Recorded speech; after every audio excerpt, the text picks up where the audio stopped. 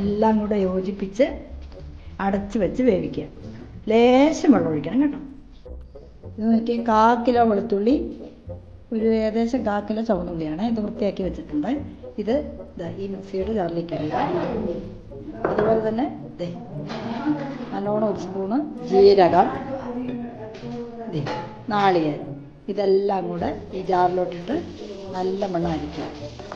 അതുപോലെ ഇത് കണ്ടോ, വറുത്ത പൊടിയാണ്, അരിപ്പൊടിയാണ്, വറുത്ത അരിപ്പൊടിയാണ്. ഇതിലോട്ട് ചൂടുവെള്ളം ഒഴിച്ച് ഇത് വാട്ടിക്കുഴയ്ക്കും. ചിക്കൻ്റെ വെള്ളം വറ്റിക്കൊണ്ടിരിക്കുന്നത്, വെള്ളം നല്ലോണം ഒന്ന് വറ്റണം.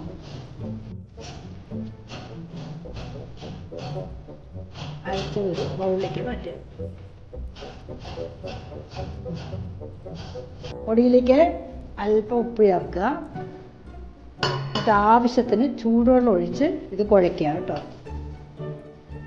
അമ്മയുടെ സഹായിക്കുന്ന ആളാണ്, ഹെൽപ്പറാണ്, തത്തമ്മയാണ്.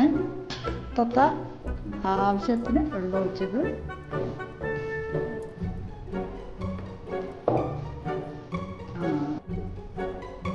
ഈ അരച്ചതിലോട്ട് കുറച്ച് കുരുമുളക് കൂടി ചേർക്കുന്നുണ്ട് കേട്ടോ. പൊടി കാണണം, ഞാൻ ചെയ്യുന്നത് കാണണം.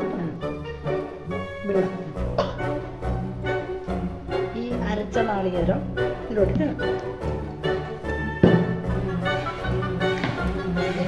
ഇതിലൂടെ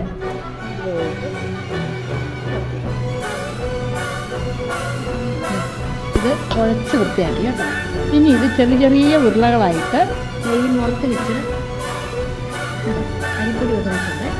അതിലോട്ട് ചെറിയ ചെറിയ ഉരുളകളാക്കി ചെറിയ ഉരുളകളാക്കി ഇടുക.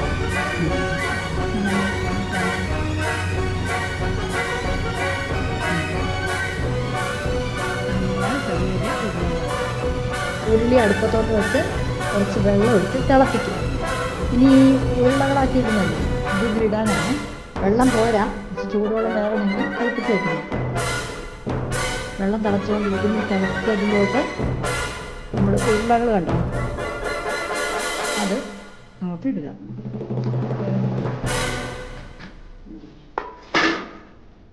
അവിടെയല്ലേ കറി.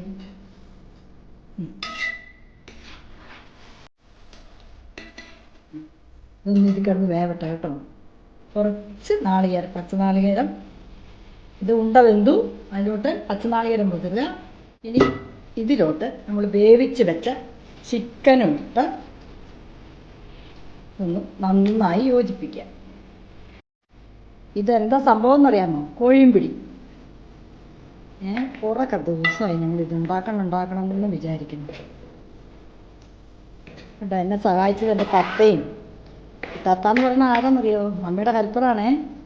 വർഷങ്ങളായിട്ട് ഞങ്ങൾ വീട്ടിൽ ഞങ്ങളെയൊക്കെ നോക്കിയിട്ടുണ്ട്.